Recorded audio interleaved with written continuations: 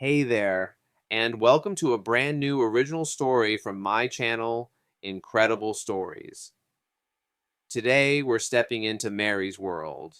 She spent her day at work tending to patients with that rare kind of finesse. Years at the blood donation center had polished her movements to perfection. Almost done, Norman Peterson, she said, flashing a warm smile at the elderly donor. You're a hero, as always.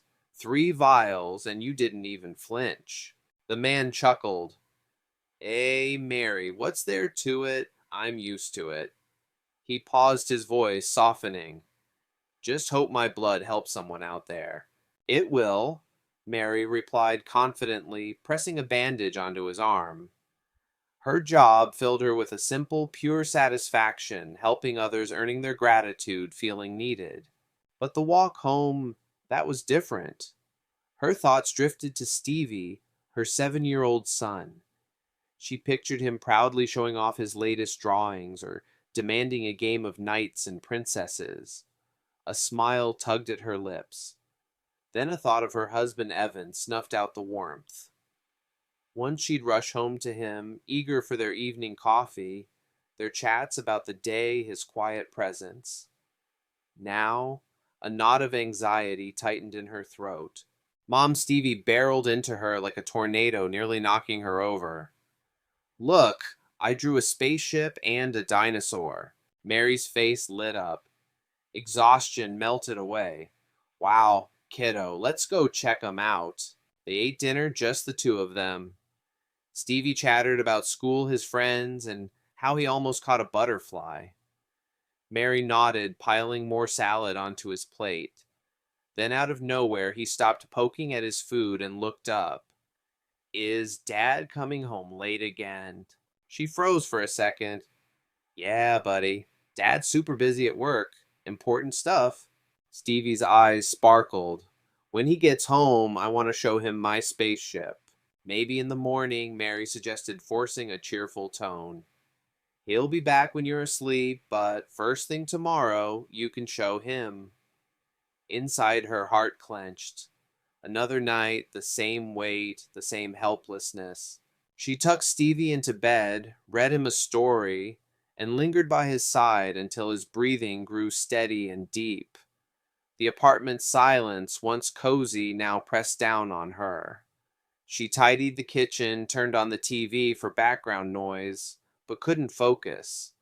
Her eyes kept flicking to the clock. When the door finally creaked open, Evan shuffled in shoulders, slumped face gray with exhaustion. He tossed his keys onto the table, not even glancing toward the kitchen.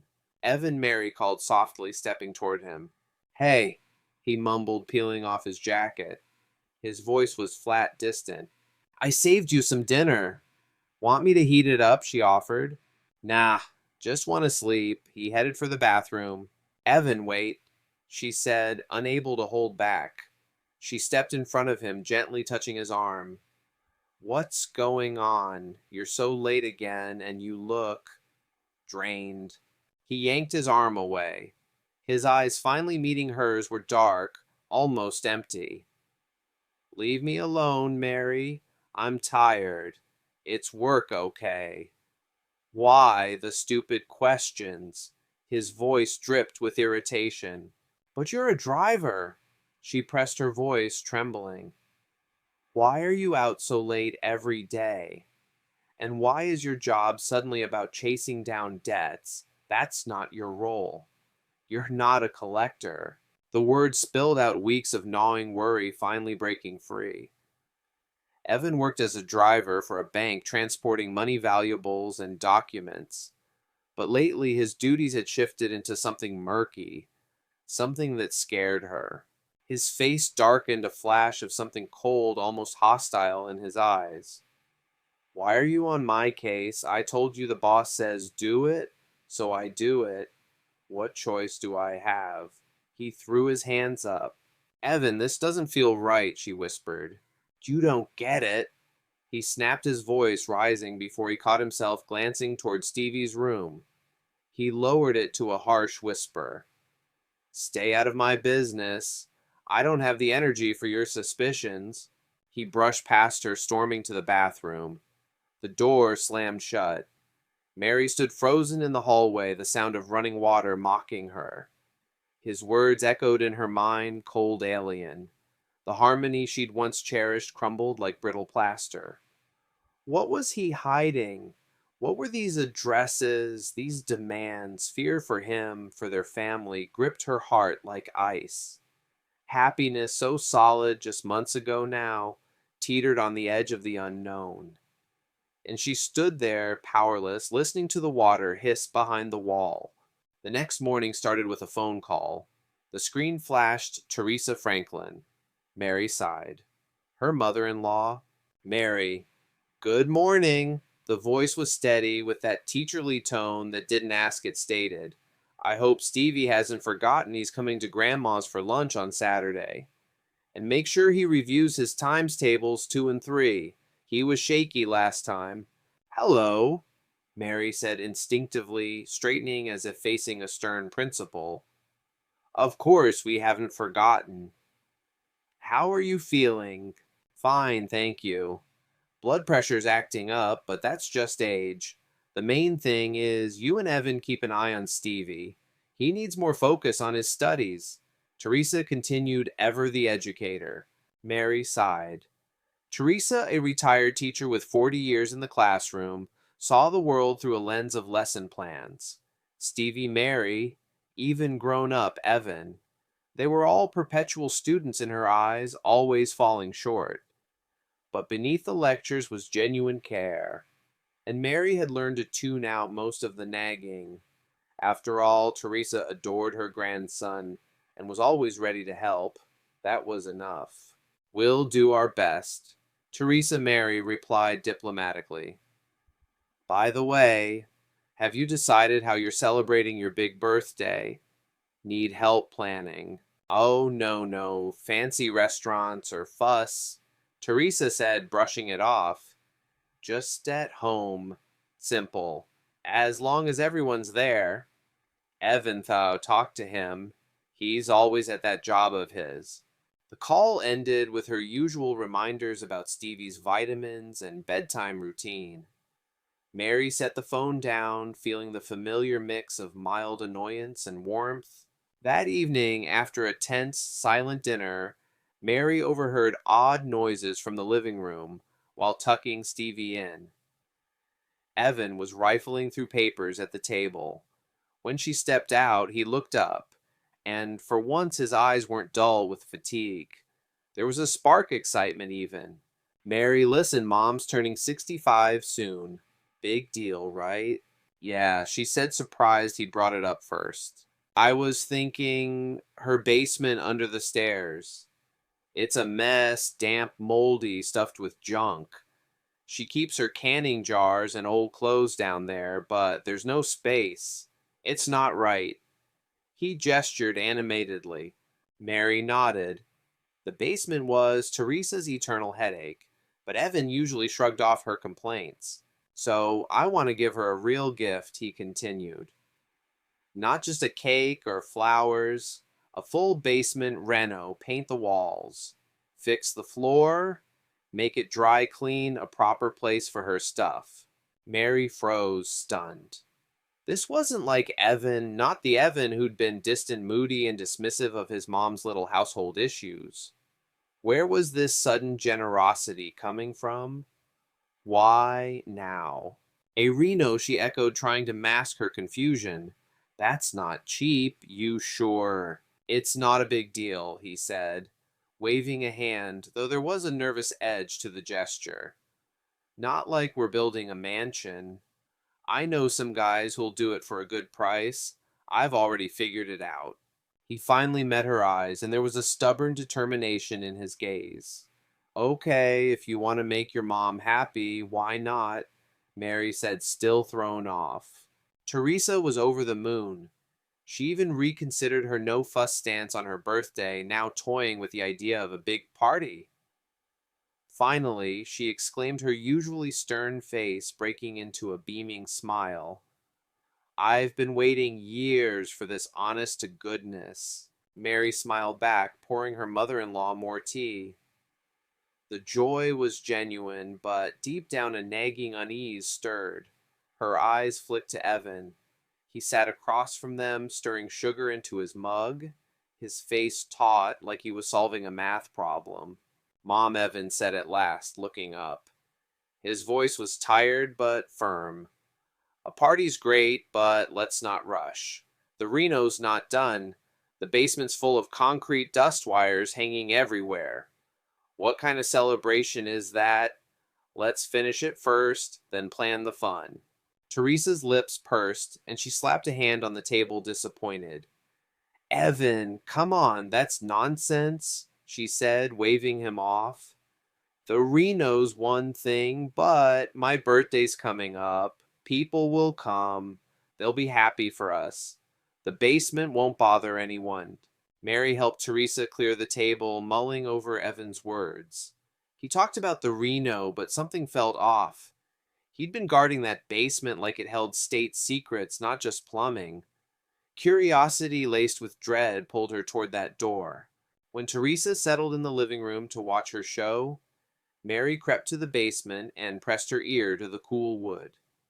A muffled hum drifted up, maybe a drill, maybe something else. Then it stopped. In the sudden silence, Evan's voice cut through low but clear in the stone-walled basement. Mary froze, her heart pounding. Yeah, I get it, Evan was saying. The risks are high, sure, but I found the perfect hiding spot. Trust me, no one's going to think to look at Mom's place, right in the basement. His tone had a strange, unfamiliar softness, almost tender. Mary's fingers went cold. Hiding spot. Her mind raced. Was he caught up in something criminal? And that tone, who was he talking to like that? She couldn't hear the other side. But the warmth in his voice wasn't for a male colleague, that much was clear. Don't worry, sweetheart. Evan went on, his voice dropping to a near whisper. Mary caught fragments. I've thought it all through. It'll work out for us. The words faded into silence. Mary jerked back from the door like it was red hot. His voice echoed in her head, relentless. Suspicion sprouted like poison, filling her with fear. She had to do something, confront him maybe. But what if I'm wrong? A small voice countered, and she shook her head. She knew she'd only heard pieces of the conversation, and it tore her in two. One part screamed of betrayal danger, urging her to check the basement demand answers. The other, cautious and rational, whispered, You don't know enough. Don't rush. A mistake could cost you. Mary drifted to the window, staring into the darkening yard. Where was the truth? Those fragments could mean a crime, or something mundane. So she decided to watch, see how things unfolded. Teresa's birthday party happened despite Evan's initial protests. The basement stayed off limits, locked tight, the key never leaving Evan's pocket. But the rest of the house sparkled. The table groaned under piles of food, and guests, family, neighbors filled the living room and dining area, creating a lively, festive buzz. Teresa floated at the center, glowing like a Christmas tree. Her joy was infectious. Isn't it wonderful? She exclaimed, hugging one guest after another. My Evan's doing it all himself, plastering pouring floors. It's a dream. My boy's a gem. She beamed at Evan, who took the praise with a modest nod. But Mary caught a flicker of smugness in his eyes. She played her part, smiling at guests, pouring drinks, serving salads. But inside her stomach twisted into a tight, painful knot. The words she'd overheard at the basement door rang in her ears, drowning out the laughter and music. Every joke Evan cracked, every gesture, every fleeting smile at a female guest, Mary filtered it all through her suspicions, warping everything. Mary, honey, why so pale? Teresa asked, concerned, grabbing her hand as she passed with a tray of canapes. Tired, sit, rest. No, I'm fine, Mary said, forcing a wide, unnatural smile. Just a bit loud, not used to it. I'll check if the kitchen needs anything. She fled. The kitchen was quieter. She leaned against the fridge's cold surface, eyes closed. Get it together, she told herself. She'd decided not to rush, not to make a scene. So back in the living room, she was more or less composed. She caught Evan's eye. He stood among relatives, animatedly telling a story. She tried approaching him a few times that night, but something always got in the way. When he was at the sink, she stepped toward him. Evan, can we? Oh, Mary, there you are. Teresa interrupted, bursting into the kitchen. Where's that famous apple pie? Aunt Clara's begging to try it. You know where it is. Evan Hahn helped me carry the cake to the living room. Evan jumped to help, tossing Mary a quick glance. She sighed. Another chance to talk gone. Close to midnight, as some guests left and others settled with tea and dessert, Mary saw Evan finally sink onto the living room couch. She sat beside him. Tired? She asked softly. He nodded, closing his eyes for a moment. Yeah, but Mom's happy. That's what matters. He looked at her. You did great organizing everything. Mary tensed her knees, trembling slightly. She took a deep breath, a question ready to spill out, but they were interrupted again. Evan, Teresa's voice cut through sharp and bright. She held a massive photo album. Come here, sweetie. I want to show Aunt Linda our vacation pictures. Evan stood and followed his mom. Mary stayed put, watching him go. Is this a sign she thought paranoia creeping in? Every time I try to talk someone or something pulls him away. Weeks passed. The sharp edges of her suspicions seemed to dull under the weight of daily routines and Stevie's new obsession. The restless kid had fallen hard for model aviation. His after-school club at the community center became his universe, and his teacher Oleg, his hero. Mom, you won't believe it. Stevie burst in after class, eyes shining like twin propellers. Oleg showed us how a real mini-engine works today. He's so cool, knows everything, and explains it so even I get aerodynamics. Mary smiled, ruffling his messy hair. Her shift's exhaustion dissolved in his excitement. That's awesome, bud. Sounds like he's a great teacher, the best Stevie declared. Mary felt genuine respect and gratitude for Oleg. He'd sparked something in Stevie, giving him a positive outlet confidence. In the chaos of her own fears, it was a breath of fresh air. Slowly, the obsessive thoughts about that basement conversation faded, buried under work, Stevie's homework, and household chores. Evan was his usual self, quiet, absorbed in work, but attentive enough to the family. The basement stayed locked, but it no longer triggered the same dread in Mary. She'd almost convinced herself she'd misheard or misinterpreted that day at the door. Then, in an instant, that fragile calm shattered. A call came late at night as Mary was putting Stevie to bed. An unknown number flashed on her phone. Hello, she answered, stepping into the hallway. Mary, it's Sarah Evans' coworker. The voice was shaky, urgent. Something's happened to your husband. Her heart plummeted. What's wrong with him? She gasped, going numb. He was robbed while transporting money. He's in the hospital, concussion, multiple bruises. But thank God he's alive, Sarah rushed out. The word robbed hit like a shockwave. Within half an hour, Mary was racing to the ER. In the hospital room, Evan lay with a bandaged head, hooked to an IV, looking frail and helpless. When he saw her, he tried to smile. Mary? He croaked. Sorry, I scared you. She approached, taking his hand. Her mind swirled with frantic thoughts. Evan, who did this? She asked quietly, searching his eyes. Don't know, he whispered, looking at the ceiling. Got hit from behind. Woke up here. Everything's gone now, he said, bitterness in his voice. The next day, Evan's boss, Peter Alexander, visited. A sharp-eyed banker in his 60s, he didn't blame Evan, given how badly he'd been hurt. That evening, sitting by Evan's bed, Mary studied his bandaged face.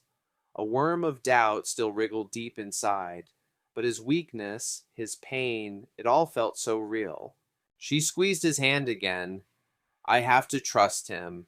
He's my husband, and he needs me now more than ever. She thought, trying to shove her doubts into a dark corner of her mind. Hospital days dragged on. Mary came daily, bringing home-cooked meals, books trying to be a rock. On the surface, she was the devoted wife, but inside, doubt simmered, fueled by Evan's behavior. He complained of dizziness, nausea, weakness, his voice weak and pained. But sometimes when she stepped out for water or spoke with a doctor, she'd catch him looking not pained, but focused. One day, lingering at the ward door before entering, Mary overheard a hushed chat. A young aide, Olivia, was changing a neighbor's bedding, muttering to her colleague. That guy in the corner with the concussion moves around the ward all chipper. But the second someone walks in, he's back in bed, moaning, eyes rolling. Real actor, I swear. Olivia's words struck like a blade. All efforts to dismiss her suspicions collapsed. That vivid, chilling snippet from the basement roared back. The next day, claiming she needed to pick up an old sewing machine from Teresa's for Stevie's club, Mary drove to her mother-in-law's. Teresa was glad to see her, but worried about Evan. How is he, Mary? I'm so anxious, she said, setting out tea. Headaches. Is he eating? Don't worry, he's okay. Ish, Mary said, trying to sound calm. Doctors say rest is key. Oh, about that sewing machine, Stevie asked. Can I check the basement? You said it's in the far corner. Teresa's face twitched for a split second. The basement. Oh, sure, she fussed. It's dark down there. I'll grab a flashlight. Careful on the stairs, Evan said something about the concrete pour. Mary's heart pounded like a drum as she descended the steep steps into the cold, concrete-scented basement. Her flashlight beam caught smooth, plastered walls and a sleek concrete floor. Everything was clean empty, suspiciously neat. She aimed the light at the far corner where Teresa said the machine was, but her eyes snagged on the walls. And, not for nothing, suddenly she noticed the plaster in the corner opposite the stairs looked different, fresher, uneven. Stepping closer, she crouched and ran a finger along it. The edge was subtle but tangible, a brick-sized rectangle, carefully patched, but not perfectly blended with the old plaster. Found the machine. Teresa's voice called from above. She stood on the stairs, peering into the dark. Mary's eyes locked on the suspicious patch, pretended to rummage. Yeah, here it is, she called back, then jabbed a finger at the rectangle's center. The plaster gave way. Brittle dry, it crumbled inward, revealing a void and the edge of a thick plastic bundle. Her hand shook as she widened the hole, breaking off chunks. The flashlight lit up a tidy niche, and inside tightly packed stacks of cash. Mary froze, unable to move. Mary, what's that? Teresa's footsteps clomped down. She reached. Mary saw the niche and gasped, clapping a hand over her mouth. Lord, what is this? Where'd it come from? Mary stood slowly, turning to Teresa. Her mother-in-law's eyes held genuine shock. Or was it a masterful act? You don't know. Mary asked, quietly holding her gaze. Evan was working down here. Didn't he stop by before the robbery? Teresa's face twisted. Her eyes darted to the niche, then to Mary, then back to the money. Yes, he came by, she whispered, dazed. Mary, what are you thinking? No, Evan wouldn't. He's honest. But her last words lacked conviction. Her eyes held the same horrified question Mary felt. Staring at the cash in the cold niche, Mary had no doubt These were the banker's funds. Her husband wasn't a victim, he was a thief. Honest Mary breathed bitter. Then what's this? She pointed at the niche. Who hid it here, and why was Evan here? Teresa was silent, staring at the money like she'd never seen it, fear and disbelief battling on her face. Mary turned away. Before her lay proof of betrayal and crime. But how could she tell Peter Alexander? How could she hand over this find without bringing the law crashing down on Evan? Even now, hating his lies, she couldn't just destroy him. The money was found, but what to do with the truth? Mary stood in the cold basement, feeling the ground slip away the walls that hid the stash, now closing in on her life. One morning, arriving at the ward earlier than usual, Mary found Olivia, the young aide she chatted with briefly. Olivia was refilling a water pitcher. "Oh, Mary," she sighed, lowering her voice while Evan slept. "You're so good to him, but that other woman who visits, she's just as devoted." Mary went still, a chill rolling down her spine. "Other woman?" she asked, fighting to keep her voice steady. "Yeah." Olivia nodded, oblivious to Mary's reaction. "Pretty tall in a white coat, but not from our wing, maybe another building. Comes by a lot when you're not here. They talk for ages, whispering." She gave an awkward smile. "I thought maybe a sister or cousin." Mary stared, unblinking. Olivia's words merged with that soft, affectionate tone she'd heard in the basement. It clicked with terrifying clarity: the hiding spot, the staged robbery, the stolen cash, all under the cover of a hospital room and a white coat. "When does she come?" Mary barely managed. "Around 11 before you get here," Olivia said, glancing at her watch. "Should be soon." Mary didn't recall leaving the room. She sank onto a cold bench in the empty hallway, clutching her bag of food containers, trembling. She watched the clock. Minutes crawled her mind, a storm of fragments. At 11 sharp, a figure appeared at the hallway's far end. A woman, tall, slender, dark hair, and a neat ponytail, wearing a pristine medical coat, no badge. She walked with purpose, eyes forward, and pushed open Evan's door with ease. Mary shot up adrenaline, drowning her fear. She reached the door, which hadn't fully closed. Through the crack, she saw the woman in the white coat perched on Evan's bed, his hand resting over hers. Completely safe. A snippet of her words drifted out. "No suspicions. You're doing great, Evan. Just a little longer." That was enough. Mary's patience snapped. She flung the door open and stormed in, her voice hoarse with fury ringing in the quiet. "What exactly does he have to endure?" "Me." Evan and the woman jumped like they'd been scalded. His smile vanished, replaced by shock and a quick mask of pain. The woman recoiled, her pretty face twisting with fear and irritation. "Mary, what's wrong with you?" Evan started, voice weak, clutching his head. "Shut up," she shouted, eyes fixed on the woman. "Who are you, and what are you doing here?" The woman recovered fast, standing tall, her expression cold and professional. "And who are you?" she asked, icy. "You can't barge in here yelling. You're disturbing a patient. I'm a doctor conducting an exam." Dr. Mary laughed, hysterical. "What exam?" You were sitting on his bed, whispering. "I saw it. You're his mistress." "Mary, have you lost it?" Evan yelled, but his shout was too loud, too staged. "Calm down immediately," the woman snapped. "You're causing a scene over nothing. You're harming a patient who suffered a serious injury."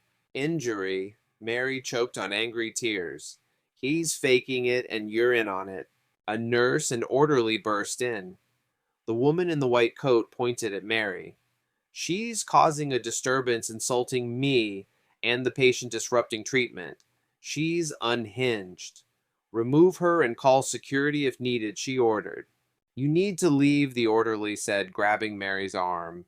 "Are you serious? Don't you see?" Mary sobbed, struggling. "They're conspiring. They've been lying to me." Out now, the orderly said firmer. The nurse eyed her with distrust and hostility. Mary was dragged from the room. In the hallway, a small crowd gawked, staring at her, like she was a raving lunatic who tormented a poor patient. She broke free and ran, tears streaming, choking her whispers, trailing behind. She felt pitying, judging eyes. They'd humiliated her, branded her crazy while her husband played his act. She stumbled into the blinding sunlight outside, stopping, gasping through sobs. Her world had collapsed, leaving her alone with this truth, scorned, mocked, with no hope anyone would believe her. Despair from the hospital scene hardened into icy resolve. She had to act, but how go straight to Peter Alexander?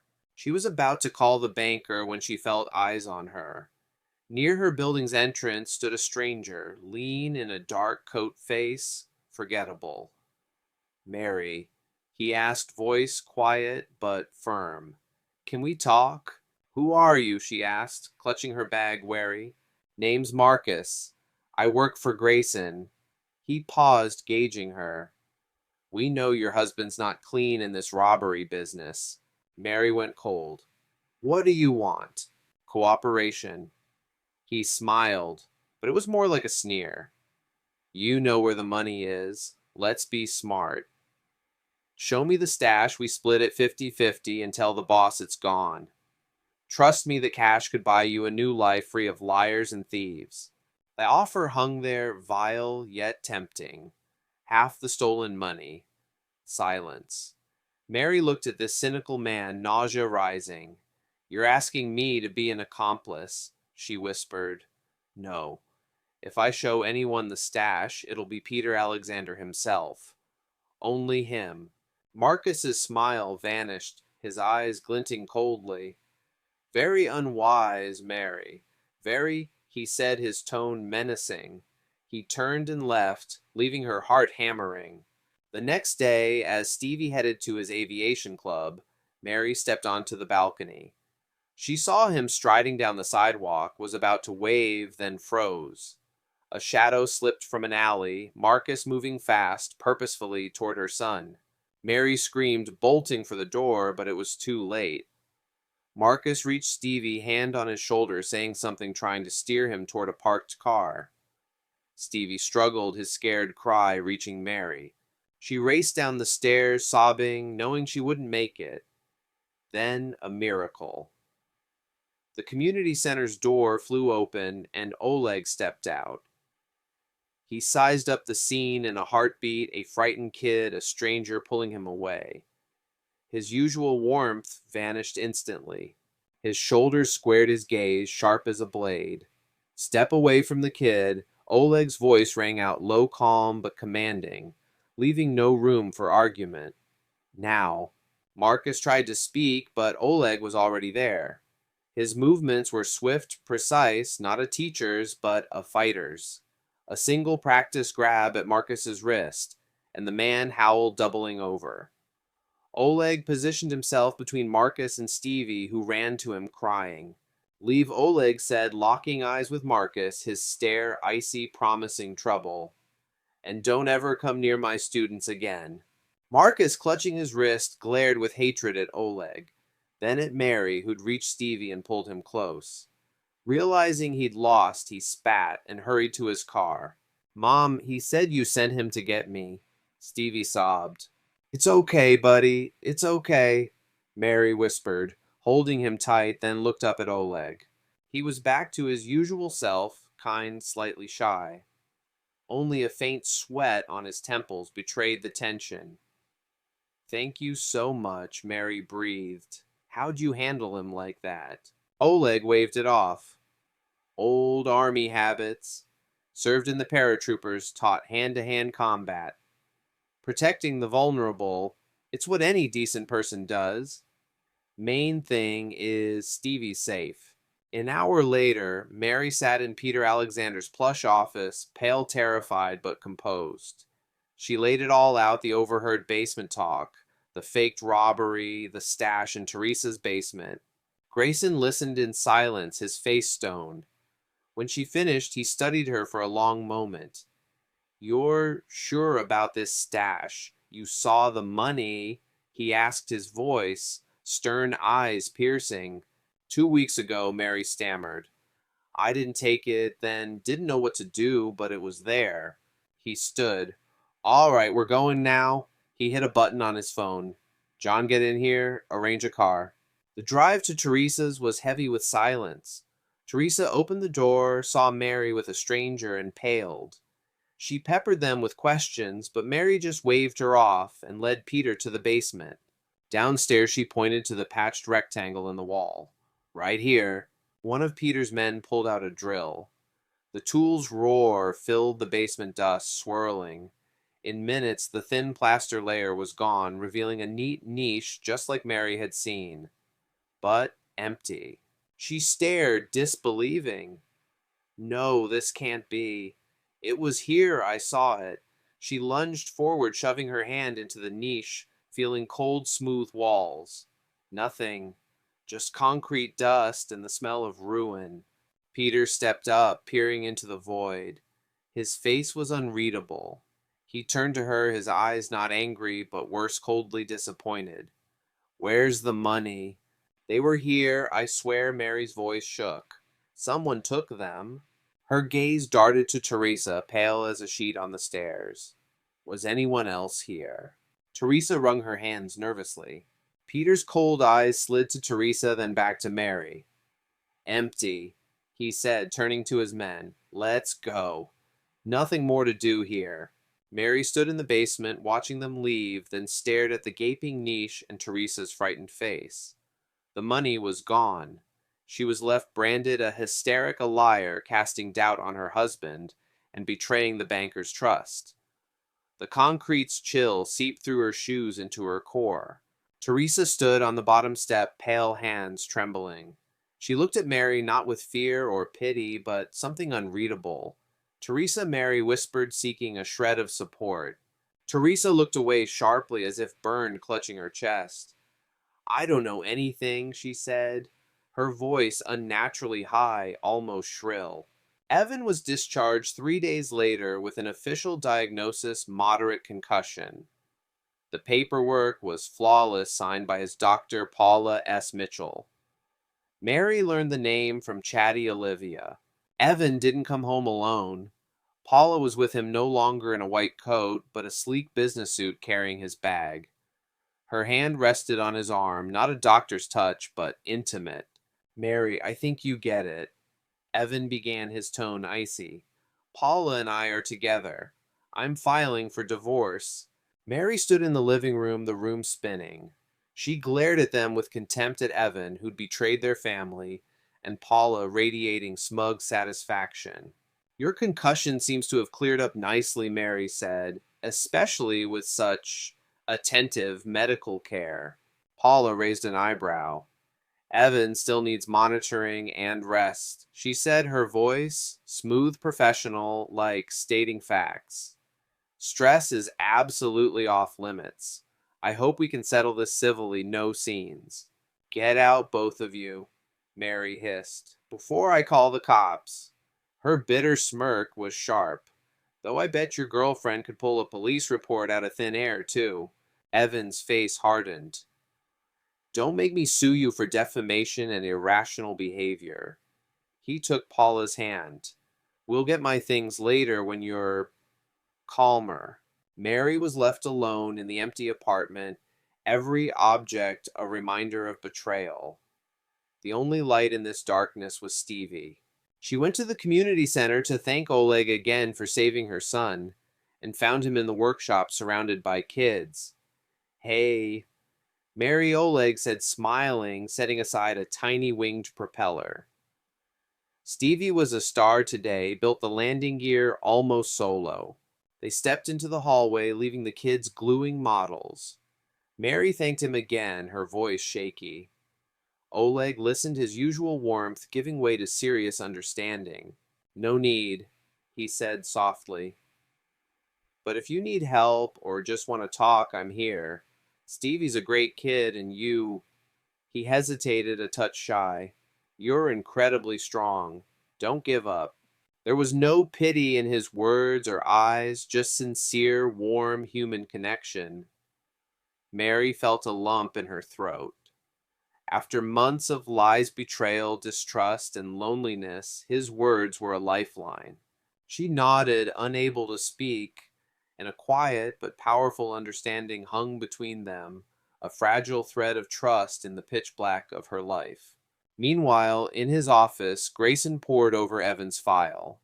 An empty stash, no evidence, a perfect alibi via medical records and missing money.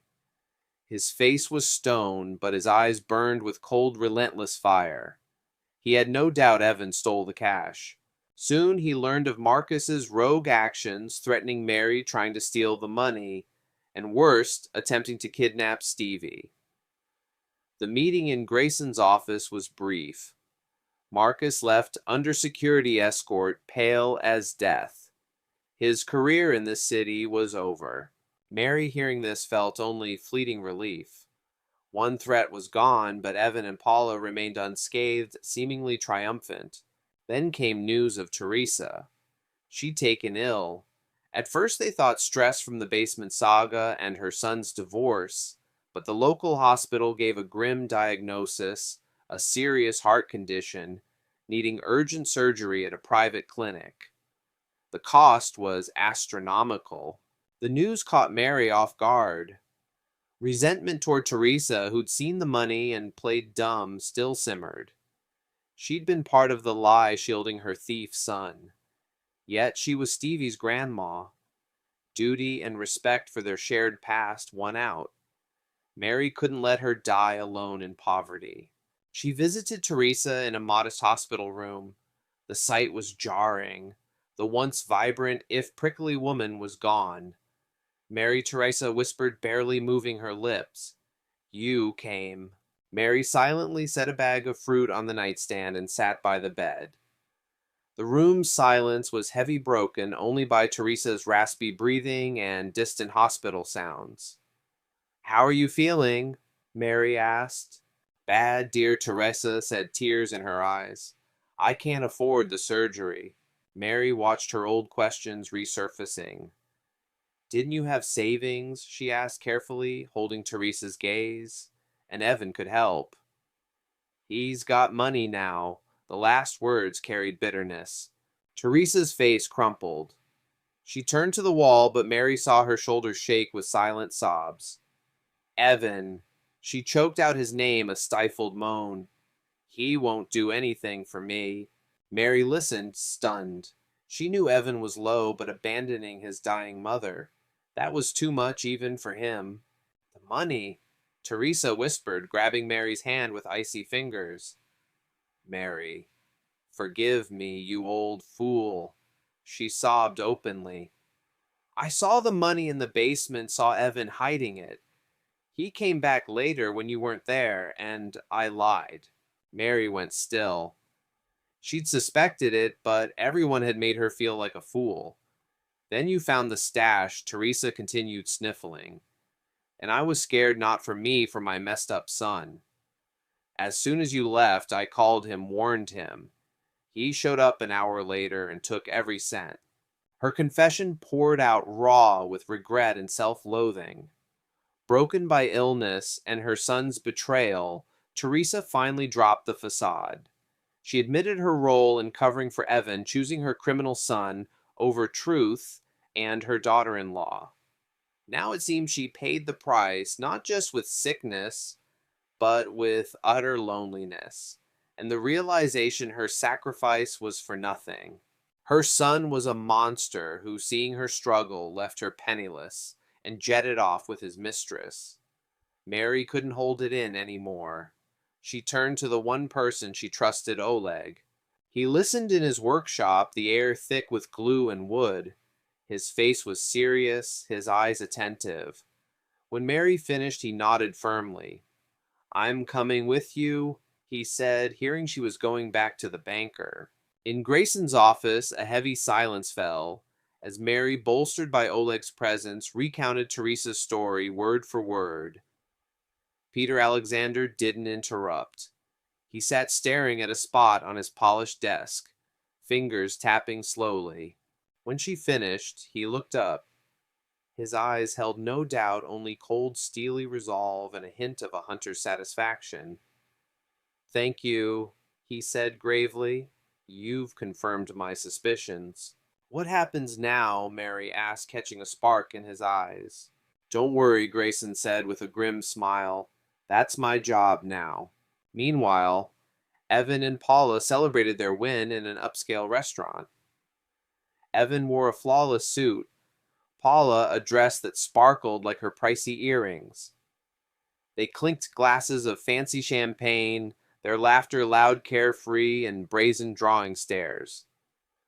The stolen, untraceable money flowed freely. A pitiful old man shuffled to their table, dressed in filthy rags, his face hidden by a scruffy gray beard, and wig-cracked glasses on his nose.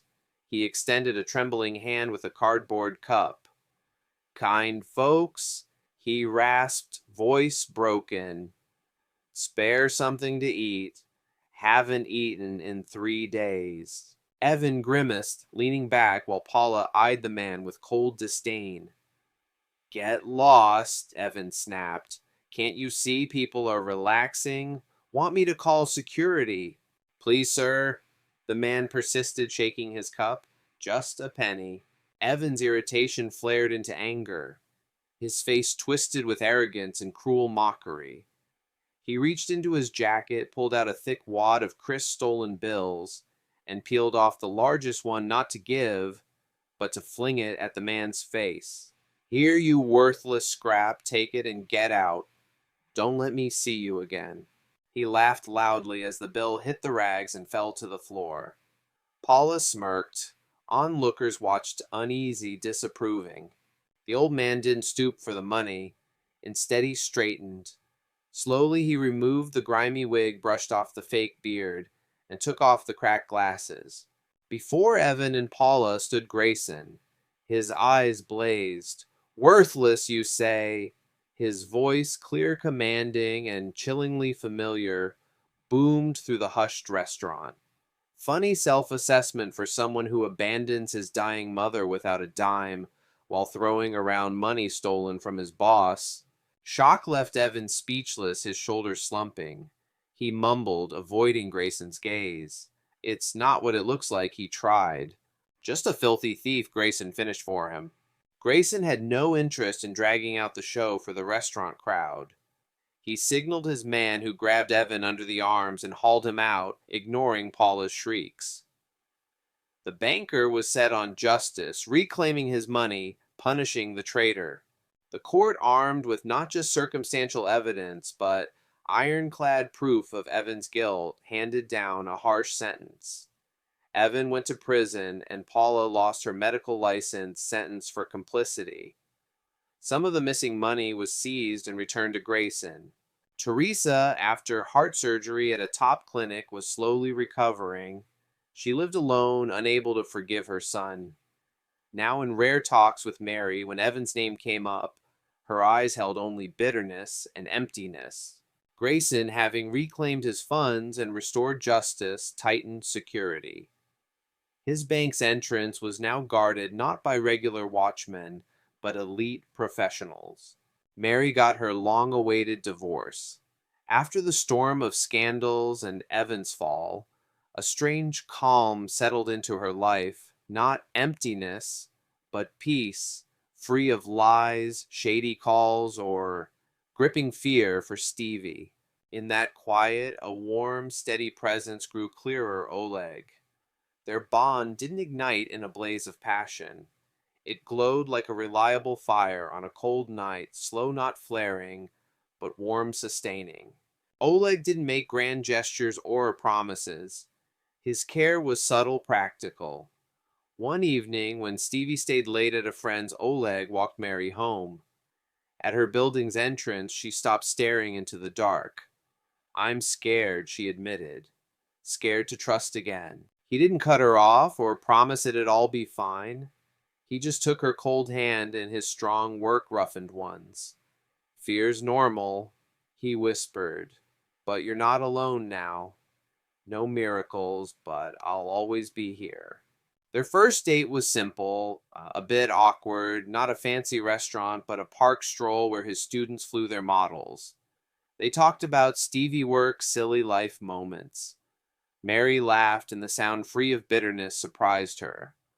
Oleg shared stories of his army days and finding his calling with kids after.